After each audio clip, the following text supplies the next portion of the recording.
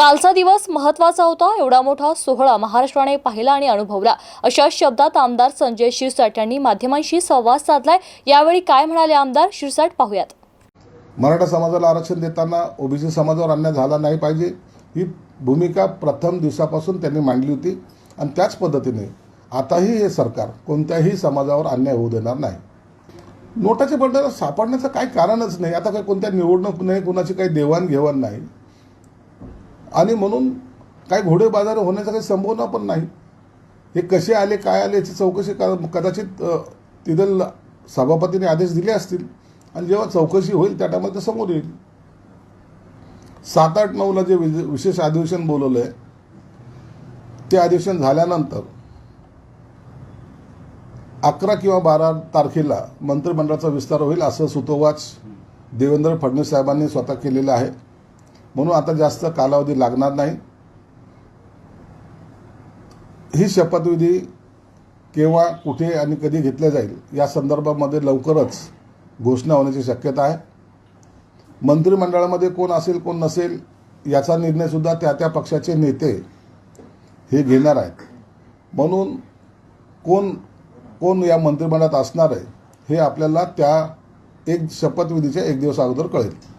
एकंदरीत आता जर पाहिलं या विधानसभेमध्ये 232 सदस्य हे महायुतीकडे आहेत आणि असलेली मंत्रिपदे हे एकूण 43 आहेत.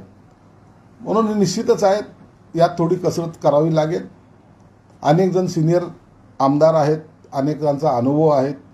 या सर्वांचा ताळमेळ बसवणं हे नेत्यांचं एक वेगळं काय म्हणता येईल त्याला कौशल्य त्यांना ते दाखवावं लागणार आहे आणि त्या आधारेच या नवीन मंत्र्यांची निवड करावी लागेल.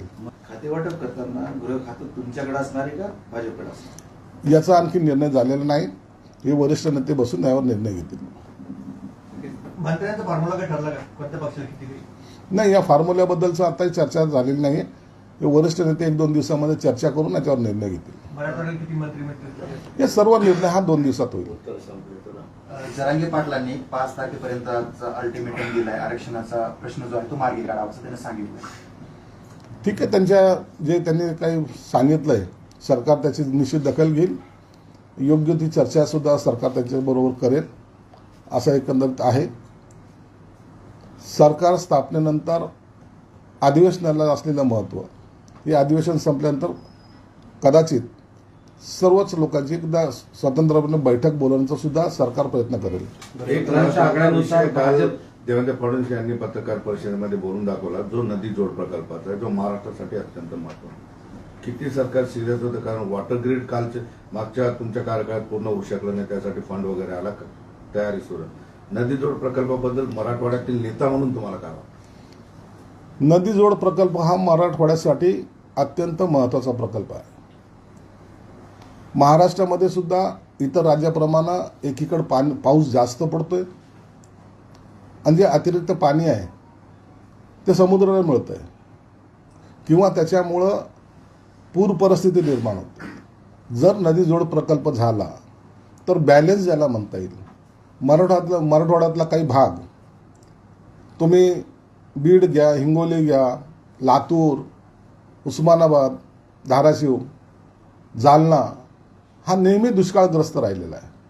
हा जर नदीजोड प्रकल्प जर झाला तर यामुळं या भागामध्ये बागायती ज्याला म्हणतो किंवा चांगल्या प्रकारच्या ज्या शेतकऱ्याला एक दिलासा मिळेल आणि असलेला दुष्काळ हा कायम स्वरूपी मराठवाड्यावर असलेला तो डाग आहे तो पुसला जाईल.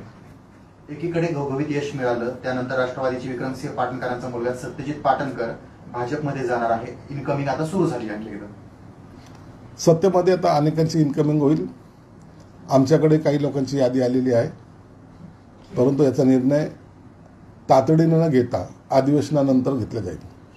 अवकाळी पावसामुळे आता नवीन सरकार बनलंय. शेतकऱ्यांना सुद्धा खूप मोठा शेतकऱ्यांना अनेक प्रकारे दिलासा द्यायचं काम सुद्धा सरकारने केलेलं आहे. आता जे सुद्धा आणखीनही शेतकऱ्याची बिकट अवस्था होणे किंवा त्यांना मदत मिळण्यासाठी जे जे उपाययोजना करता येईल ते सरकार निश्चित करेल.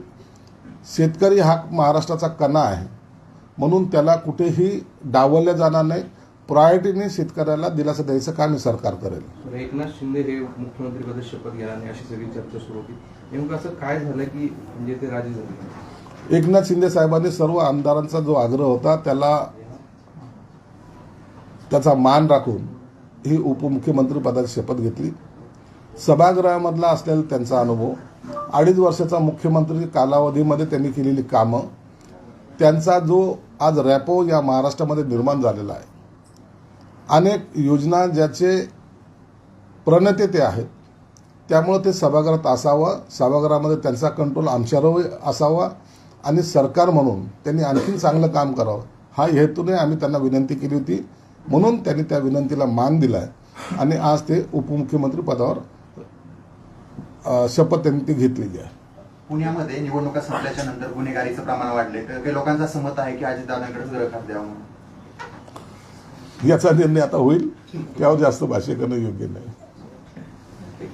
सगळ्यात महत्वाचा शेवटचा प्रश्न, आतापर्यंत तुमच्यावर अन्याय झाला, तुम्हाला मंत्रिपदाचं काय तुमचं? माझ्यावर काय झालं याची सर्व जाणीव एकनाथ शिंदे साहेबाला आहे. एकनाथ शिंदे साहेब आहेत ते कार्यकर्त्याची जाणीव ठेवतात. कोणत्या कार्यकर्त्याला कोणत्या क्षणी कुठं बसवायचं हे निर्णय घ्यायला ते सक्षम आहेत. म्हणून ते जो काही निर्णय घेतील तो आम्हाला मान्य राहील.